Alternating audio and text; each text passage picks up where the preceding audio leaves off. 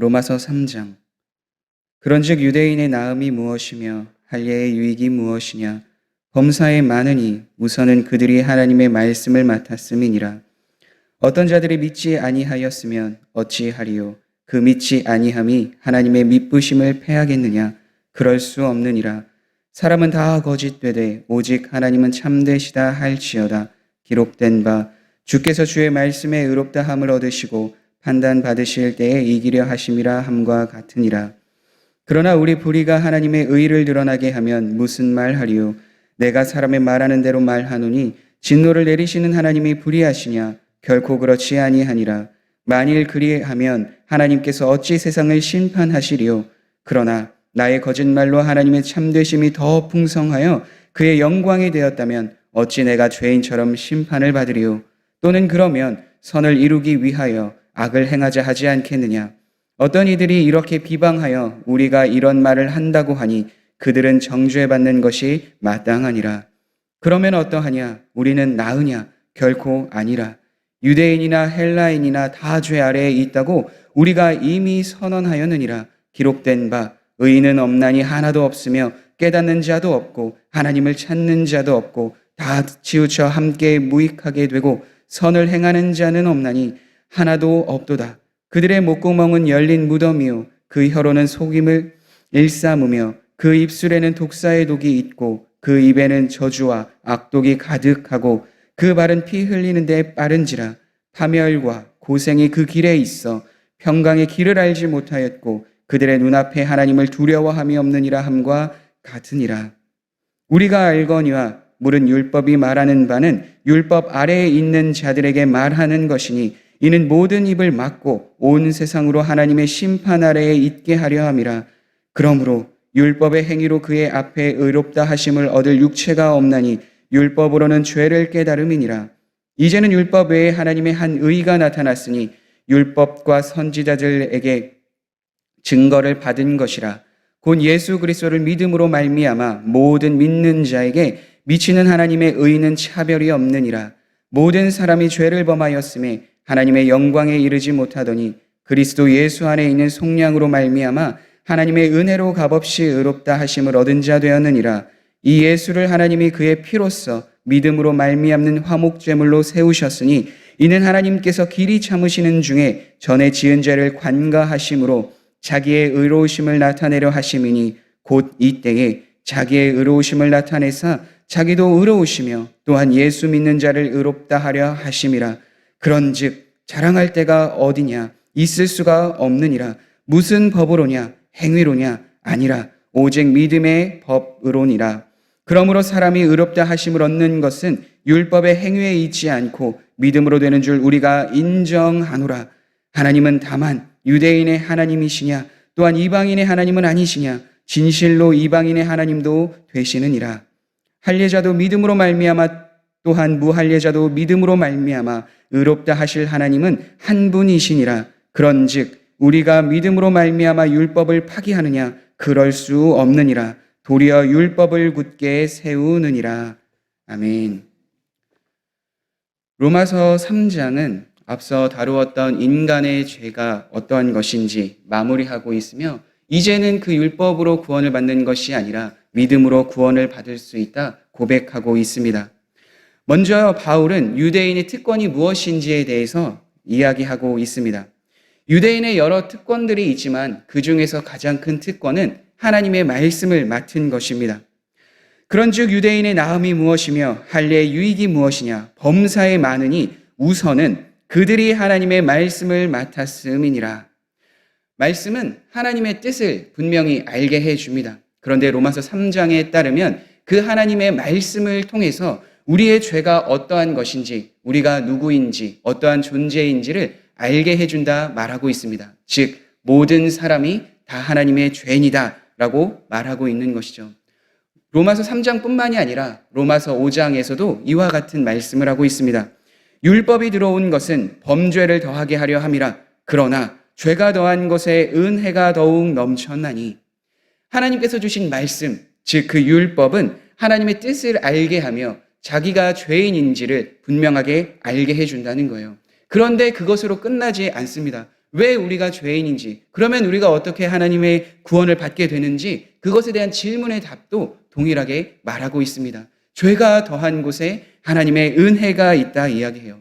죄가 있는 곳이 어떻게 하나님의 은혜가 있습니까? 우리가 죄인임을 안다면, 우리의 잘못된 행위를 안다면 하나님의 긍휼하심과 자비하심을 구할 수밖에 없고 하나님의 은혜가 반드시 필요하다라는 사실을 알게 되기 때문입니다.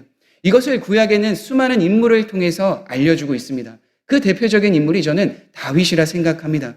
밧세바와의 동침의 사건으로 그가 죄를 깨닫지 못하였을 때 나단이라는 선지자를 보내어서 그가 지금 죄를 짓고 있다 분명하게 알게 해줍니다. 다윗은 거기에서 그치지 않았습니다. 죄를 깨달아서 자신의 침상이 다 적실 정도로 하나님의 은혜와 자비를 구하며 하나님께 죄를 고백하며 나아갑니다. 그렇게 하나님의 말씀이 우리에게 유익이 되는 것은 무엇일까요? 우리가 죄인임을 암과 동시에 하나님을 더 찾고 하나님의 은혜를 구하는 자리로 나아가게 하기에 하나님의 말씀이 우리에게 더욱더 은혜가 됩니다. 죄가 우리들 안에 있지만 그러나 그 죄를 깨닫게 하고 하나님의 은혜를 바라보게 하기에 우리에게 말씀이 은혜가 됩니다. 그래서 유대인들이 받은 특권 중에 하나, 바로 하나님의 말씀을 맡은 것이다 바울은 이야기합니다. 그와 동시에 바울은 유대인뿐만 아니라 이제는 이방인들이 다 죄 안에 있다라고 말하고 있습니다. 그러면 어떠하냐? 우리는 나으냐? 결코 아니라. 유대인이나 헬라인이나 다 죄 아래에 있다고 우리가 이미 선언하였느니라. 로마서 3장 9절의 말씀입니다. 유대인이나 이방인이나 하나님의 말씀의 특권을 받았던 유대인들도 하나님의 특권을 받지 않았던 이방인들도 다 주님 안에 그 하나님 앞에 다 죄인이라는 것을 이야기합니다.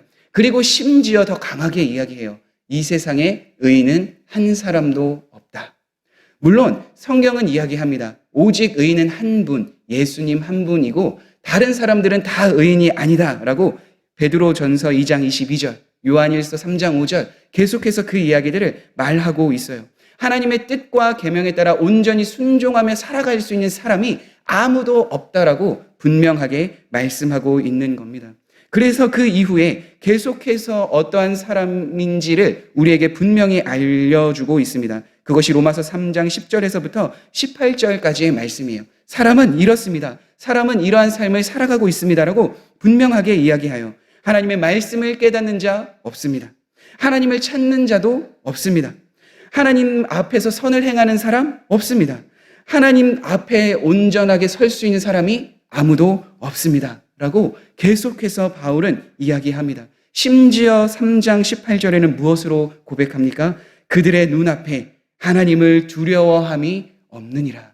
하나님 없이 살아가고 있는 사람들이라는 것을 말해주고 있습니다. 그래서 율법으로 어떠한 행위로 의롭다함을 구원을 얻는 것이 아니라 오직 하나님께서 새로운 의를 주셨는데 예수 그리스도를 믿음으로 구원을 받는다라고 말씀해주고 있습니다. 이 사실이 죄 안에 있는 우리에게 참된 은혜의 말씀인 줄 믿습니다.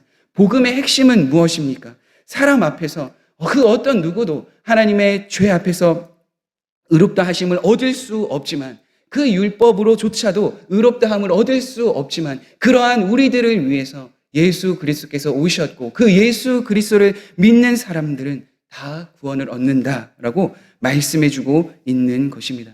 그래서 이사야서 53장 11절은 이렇게 고백하고 있어요. 나의 의로운 종이 자기 지식으로 많은 사람을 의롭다함을 얻게 하며 또 그들의 죄악을 친히 담당하리라. 그분의 의로운 종, 바로 예수 그리스도께서 많은 사람들을 의롭게 하게 하기 위해서 그들의 죄악을 다 담당하시기 위해 이 땅에 오셨다 말씀해주고 있습니다. 즉 하나님의 의는 다른 것이 아닙니다. 로마서 3장에서 말하는 하나님의 의는 다른 것이 아닙니다. 예수 그리스도를 믿음으로 말미암는 그 하나님의 의입니다.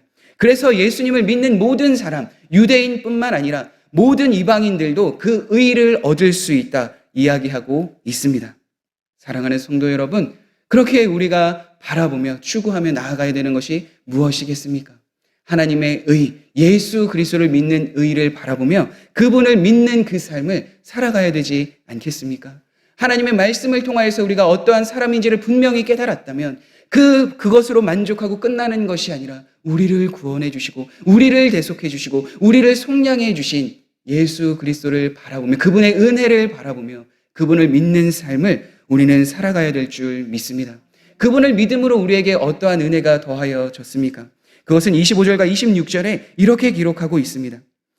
이 예수를 하나님이 그의 피로써 믿음으로 말미암는 화목제물로 세우셨으니 이는 하나님께서 길이 참으시는 중에 전에 지은 죄를 간과하심으로 자기의 의로우심을 나타내려 하심이니 곧 이때에 자기의 의로우심을 나타내사 자기도 의로우시며 또한 예수 믿는 자를 의롭다 하려 하심이라.